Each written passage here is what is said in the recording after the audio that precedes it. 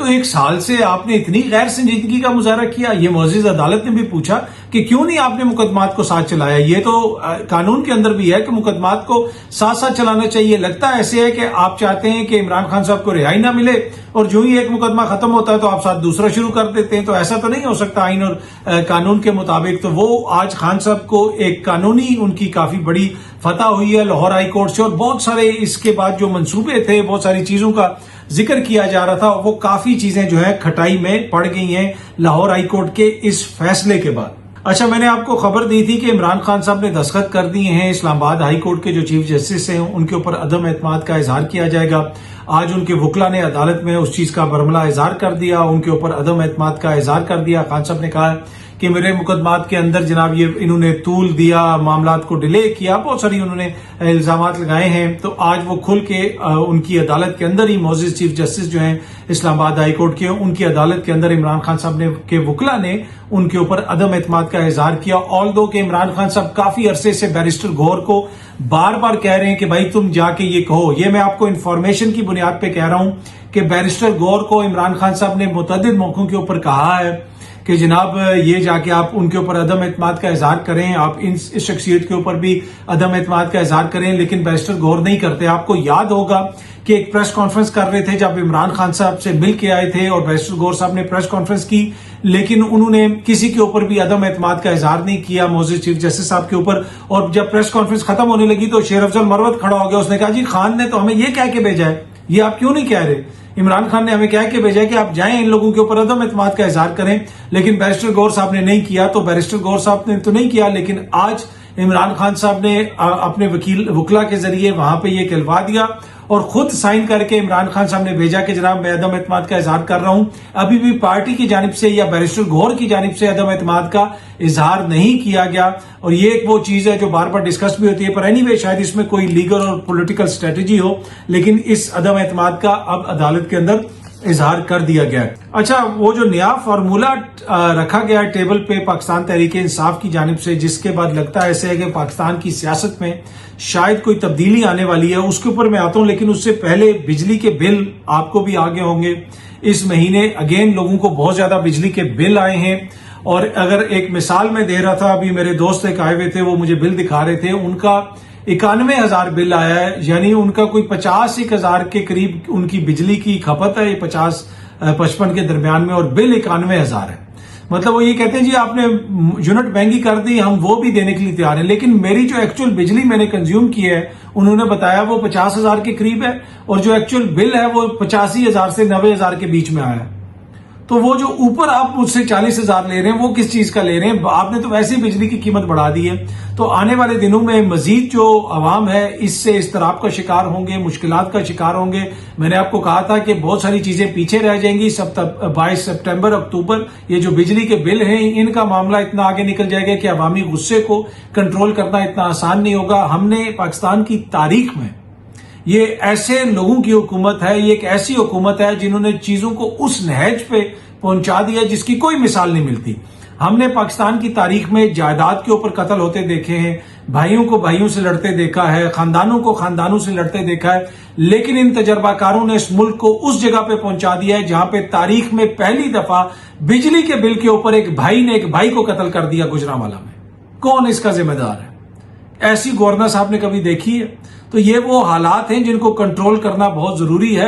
اگر آج بھائی بھائی کا گلا کاٹ رہا ہے, اور لٹرلی گلا کاٹ رہا ہے, اس نے چھری ماری اور اس کو وہ چھری ادھر لگ گئی, بل اتنا زیادہ آ گیا تھا, وہ بےچارے جو ہے کس طرح اس کو پے کرتے, خاندان کے اندر لڑائی ہوئی. تو یہ جائیداد کے اوپر تو یہاں قتل ہوتے تھے, لیکن اب بجلی کے بلوں کے اوپر یہاں پہ قتل ہو رہے ہیں. اس سے زیادہ آپ جو ہے کوئی اور مثال نہیں دے سکتے ان کی انکمپیٹنس کی. شیئر انکمپیٹنس ہے ان کی, اور انہوں نے کیا کیا وعدے کیے تھے اور کیا کچھ کہا تھا اس کی طرف مجھے جانے کی ضرورت نہیں ہے. 2 سال سے مسلسل یہ لوگ اقتدار میں, کتنی چیزیں بہتر ہوئی ہیں وہ آپ کے بھی سامنے اور میرے بھی سامنے. اینی وے, جو فارمولے کی میں بات کر رہا ہوں, آج عمران خان صاحب سے ملاقات ہوئی, عمر ایوب صاحب کی ہوئی, علامہ راجہ ناصر عباس صاحب کی ہوئی, دیگر جو ان کے لیڈران ہیں ان کی بھی ملاقات ہوئی. اس ملاقات کے بعد باہر آ کے عمر ایوب صاحب نے ایک بات کہی کہ ہمیں نئے الیکشنز کی طرف جانا ہے, نئے الیکشنز کی طرف بڑھنا ہے. خان صاحب اس کا پہلے ذکر کر چکے ہیں, لیکن آج ملاقات کے بعد, مشاورت کے بعد یہ چیز جو ٹیبل پہ آئی ہے یہ بہت بڑی پیش رفت ہے. اور یہ اس کو آپ کو بڑی سنجیدگی سے دیکھنا ہوگا. اس وقت بہت ساری گردنیں جو ہے نا وہ الیکشن میں پھنسی ہوئی ہیں. جو پچھلا الیکشن ہے اس میں دھاندلی کے الزام ہے, اس کے اوپر الزام ہے, اس نے آرو پہ دباؤ ڈالا, اس ادارے کا کردار ہے, اس شخصیت کا کردار ہے, اس محکمے کا کردار ہے, بہت ساری چیزیں یہ ساری ڈسکس ہو رہی ہیں. اگر کوئی وے آؤٹ ہے, کوئی ایگزٹ اسٹریٹجی ہے, تو میرے خیال میں وہ یہاں سے ہو کے جا سکتی ہے. اور یہی چیز مجھے یہ لگتا ہے ڈسکس ہوئی ہے, جس کی وجہ سے اس چیز کو ٹیبل پہ رکھا گیا. اور حکومت بھی پریشان ہے.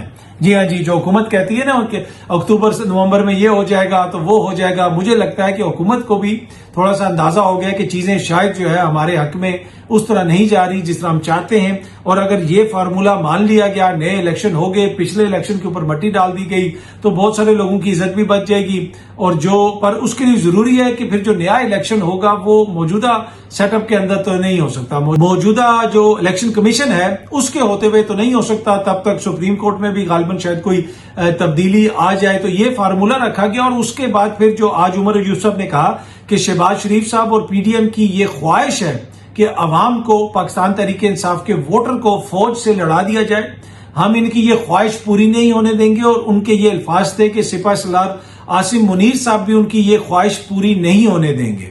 تو اٹ مینز کہ کہیں نہ کہیں وہ کوئی چیزیں ٹیبل پہ رکھ رہے ہیں, کوئی کسی اسٹریٹجی کے تحت چیزوں کو آگے بڑھانا چاہ رہے ہیں تاکہ چیزیں بہتری کی جانب جائیں. پر اس کا واحد حل وہی وہ بتا رہے ہیں کہ ایک صاف اور شفاف الیکشنز کروائے جائیں. عمر ایوب صاحب نے کہا, عمران خان صاحب سے ملاقات کے بعد کہا کہ 90% عوام ہمارے ساتھ ہے, تو اگر آپ ہمارے خلاف اس قسم کی حرکتیں کریں گے, ہمارے خلاف یہ سب کچھ ہوگا, تو بنیادی طور پہ آپ فوج کو اور عوام کو لڑانا چاہتے ہیں جو قطعاً ملک کے مفاد میں نہیں. اور یہ بات بالکل درست ہے. سیاسی اختلاف اپنی جگہ پہ وہ ساری چیزیں ہیں, فوج کے سیاسی کردار پہ آپ تنقید کر سکتے ہیں, وہ سب کچھ کر سکتے ہیں, لیکن اگر اس لیول پہ آپ کا چلا جائے گا ایک طرح سے ملک کا ماحول کہ جہاں پہ خدا نہ خواستہ عوام اور ادارے آمنے سامنے ہو جائیں, وہ قطعاً کسی کے لیے بھی کسی کے بھی حق میں نہیں ہے. اگر اس ملک میں اس طرح کی انارکی پھیلتی ہے, اس طرح کی چیز ہوتی ہے, ماورائے آئین کوئی چیز ہوتی ہے, تو سب سے زیادہ جو نقصان ہوگا وہ پاکستان تحریک انصاف کو ہوگا. اور سب سے زیادہ فائدہ ان لوگوں کو ہوگا جو اس وقت حکمران ہیں. ان کا جتنا ووٹ بینک ہے وہ آپ کو بھی پتا ہے, ان کا جتنا مینڈیٹ ہے اس حوالے سے جو مبینہ الزامات لگتے ہیں وہ آپ کو بھی پتا ہے. تو اگر عمران خان نے اقتدار میں آنا ہے, اس کو کسی کے کندھے کے اوپر بیٹھنے کی ضرورت نہیں ہے, اس کو انارکی پھیلانے کی ضرورت نہیں ہے. اس کو صرف آئین اور قانون کے مطابق ایک صاف, شفاف اور غیر جانبدار الیکشن چاہیے. اگر وہ الیکشن ہوگا تو اس وقت جو ان کی پاپولیرٹی ہے وہ آپ کو پتا ہے, عمران خان صاحب تو 2/3 اکثریت سے آسانی سے اقتدار میں آ جائیں گے. تو یہ ساری چیزیں سوٹ کرتی ہیں پاکستان تحریک انصاف کو کہ ملک کے اندر حالات خراب نہ ہوں, یہاں پہ افراتفری نہ پھیلے. اور ایز اے پاکستانی یہ ہم سب کو بھی سوٹ کرتی ہیں, اس ملک کو سوٹ کرتی ہیں. سیاسی جماعتیں تو آج تحریک انصاف پاپولر ہے, کل نون لیگ پاپولر ہو جائے گی, پرسوں اون چودھری صاحب ہو سکتا ہے پاپولر ہو جائیں, اس کے بعد زرداری صاحب پاپولر ہو جائیں, کوئی اور جماعت پاپولر ہو جائے. سیاسی جماعتیں تو پاپولر ہوتی رہتی ہیں, لیکن ملک کو چلانے کے لیے ضروری ہے کہ ملک کے اندر اس طرح کے حالات نہ ہوں. اور ایز اے پاکستانی ہم سب کا کردار ہے اس میں کہ ہم نے کس طریقے سے چیزوں کو بہتری کی طرف لے کے جانا ہے.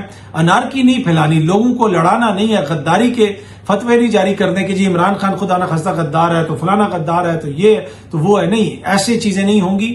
سچ, ٹروتھ, اگر ہم نے ریکنسائل کرنا ہے تو اس کے لیے سچ بہت ضروری ہے. سچ بولنا پڑے گا اور چیزوں کو لے کے آگے چلنا پڑے گا. اور یہ جو پی ٹی آئی کا تھنک ٹینک ہے, میرے خیال میں انہوں نے سوچ کے یہ چیز ٹیبل کے اوپر رکھی ہے. اور اب وہ دوسری طرف سے دیکھیں گے کہ دوسری طرف سے کیا چیزیں آتی ہیں. اور ہو سکتا ہے کہ شاید دوسری طرف سے بھی کوئی بات سامنے آئی ہو کہ آپ یہ کریں, تو آگے سے انہوں نے کہہ دیا ہو کہ جناب ایسا نہیں ہو سکتا, صاف اور شفاف الیکشنز کروائیں. اب دیکھتے ہیں آگے چیزیں کس طرف جاتی ہیں. بہت جلدی آپ سب دوستوں سے دوبارہ ملاقات ہوگی. Thank you very much.